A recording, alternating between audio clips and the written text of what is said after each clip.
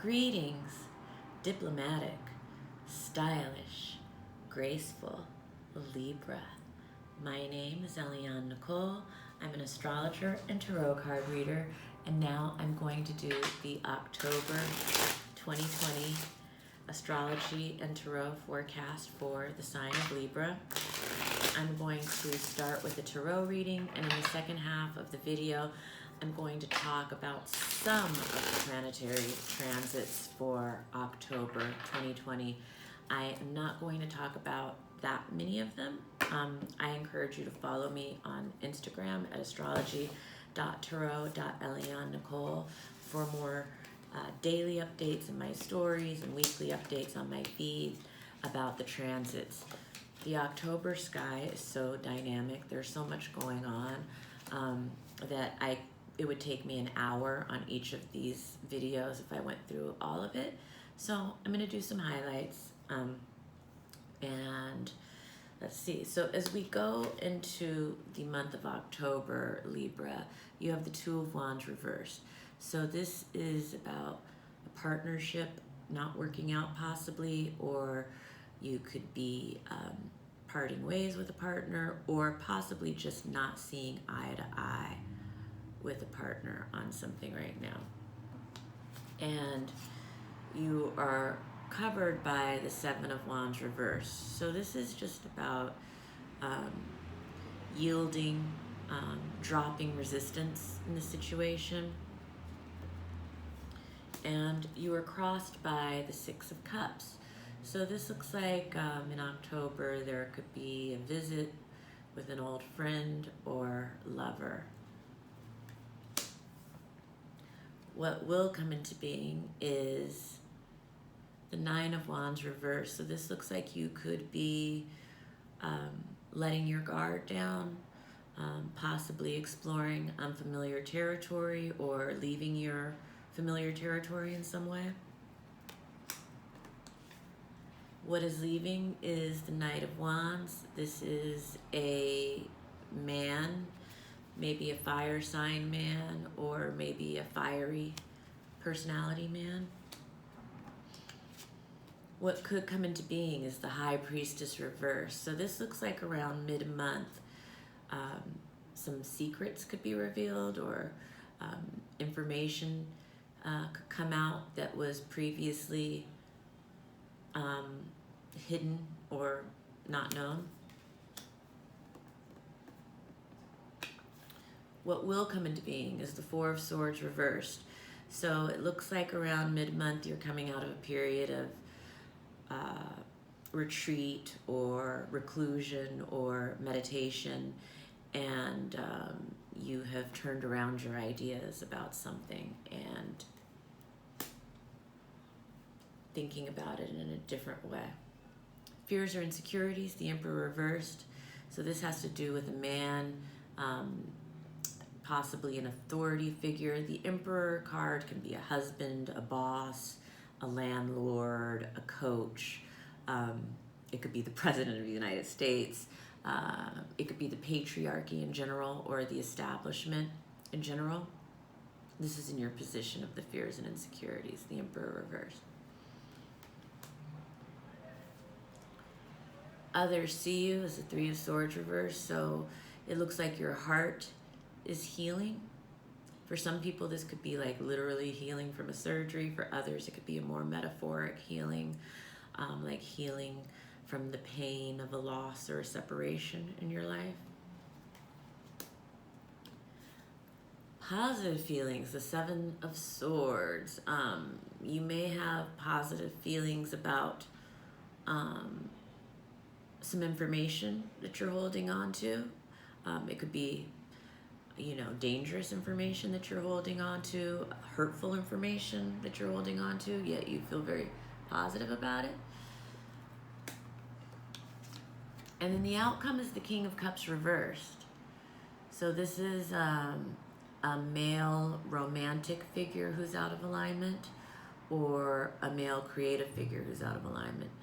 So that is the end of October. That's October 31st. And October 31st is actually a really powerful day because it's the full moon, the blue moon. It's the second full moon in October, which is very rare, and that's why it's called a blue moon. And you've heard the expression once in a blue moon. Well, of course, 2020 has a blue moon, right? So, and that's in October, and it's in the sign of Taurus on Halloween.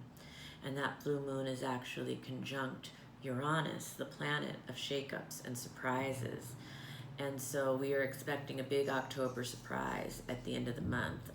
There should be illumination and clarity brought by this surprise. And that full moon is ruled by Venus, which is also Libra's ruler. So even though it's in Taurus, because of the Venusian rulership, it's going to be, I think, very impactful and very powerful for Libras as well. And that full moon for Libras is happening in the 7th house, which is the house of marriage, the house of relationships, the house of partnerships. So that 7th house rules any kind of one-on-one intimate relationship. So it's most commonly associated with marriage, but that is not the only thing. You know, long-term business partnerships, like I mentioned. And it's also actually the house we look at for lawsuits and disagreements. So there could be a culmination in any of those areas with the full blue moon. And there could also be illumination. Those areas could be highlighted and illuminated. So that's the end of the month. The beginning of the month also starts with the full moon, and that is the full moon of Aries. And excuse me, I made a mistake. The blue moon for Libra is in the 8th house. The 8th house is the house of your partner's resources, so that could be your spouse's resources, but it's also the house that rules wills, alimony, settlements, loans, investors, you know, fundraising, anything to do with other people's money. But that 8th house also rules sex, death, rebirth, regeneration, transformation, elimination. So the blue moon is in your 8th house. I made a mistake when I said the 7th house. The full moon of the 1st October in Aries is in your 7th house, Libra. So excuse me for the confusion. So on October 1st, that will illuminate or bring culminations around relationships, business partnerships, lawsuits, things like that. And October 2nd, Venus moves into Virgo. Venus in Virgo will be in your 12th house. And the 12th house is the house of hidden karma. I'm not going to go so much into what Venus in Virgo means there. I encourage you to contact me for your own reading if you want to know about the transits, or follow me on Instagram, where I will post about Venus in Virgo and what that means. October 4th, Pluto goes direct. That's in the 4th house of home for Libra for the past 4 months, 4 or 5 months, actually. By the time we get to October, all of the planets have been retrograde in Capricorn, and one by one they've started to go direct. First, Pallas Athene went direct September 5th, then September 12th, Jupiter went direct, and then September 28th, Saturn. And so Pluto is the final of that, like, Capricorn council that's kind of been stopped up in that 4th house for you. So things should start moving forward that had kind of been blocked or stopped up in the house of home, the house of the mother, the house of roots, legacy, land, real estate, wealth. All of those things are 4th house things. So for the Libra rising personality, you know, we are still dealing with very serious stuff here, but it's not going to be as clogged anymore. There's going to start being forward movement in this area as Pluto goes direct. Mind you, Pluto will be forming a square with Mars on October 9th. That can be very explosive. For the collective, it certainly could point to some kind of, you know, large-scale violence. On the collective level, Mars represents the military and the police. Pluto represents death and destruction. Pluto can also represent power and wealth.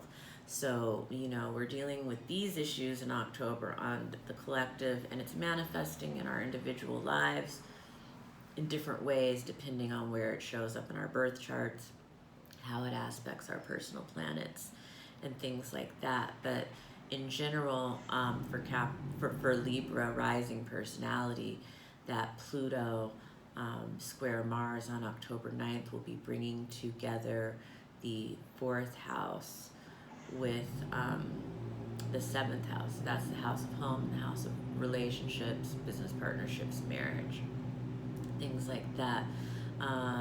Also, Mercury is forming an opposition with Uranus on October 7th, which is can be a surprise news, bad news, oppositional news, and that is bringing together the second house of finances and resources with the eighth house of other people's finances and resources.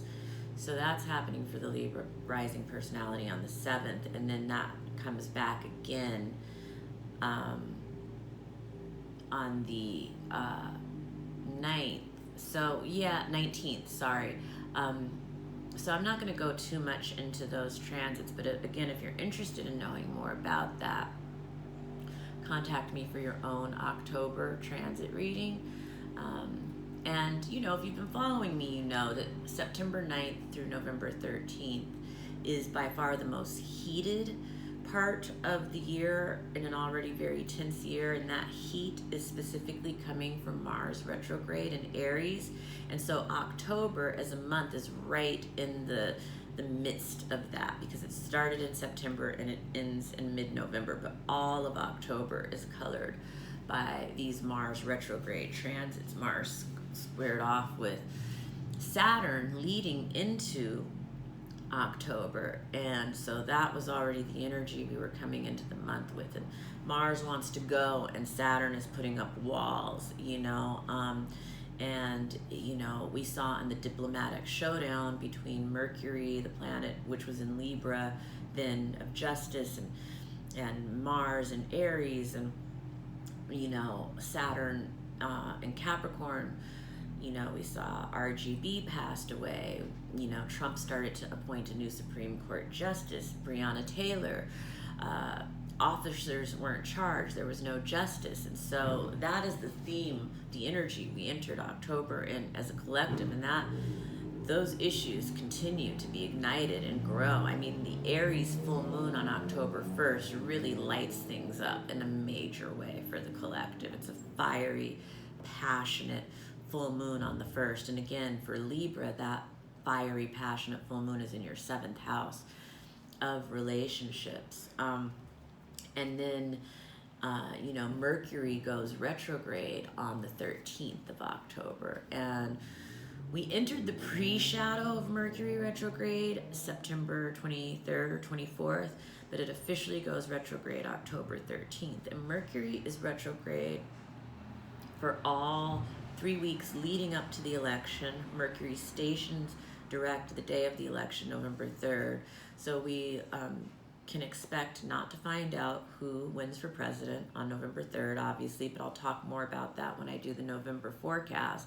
But I just want to say, with Mercury retrograde at the end of October, starting out first in Scorpio and then backing up into Libra, we can expect, you know, miscommunications, mistakes in correspondence, mail being lost, mail being stolen.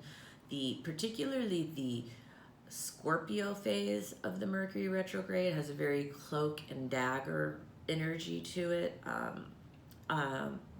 Secrets, betrayal, things like that. And then when Mercury retrograde gets into Libra, well, Libra is the sign of justice, so that literally feels like some reversal of justice is happening.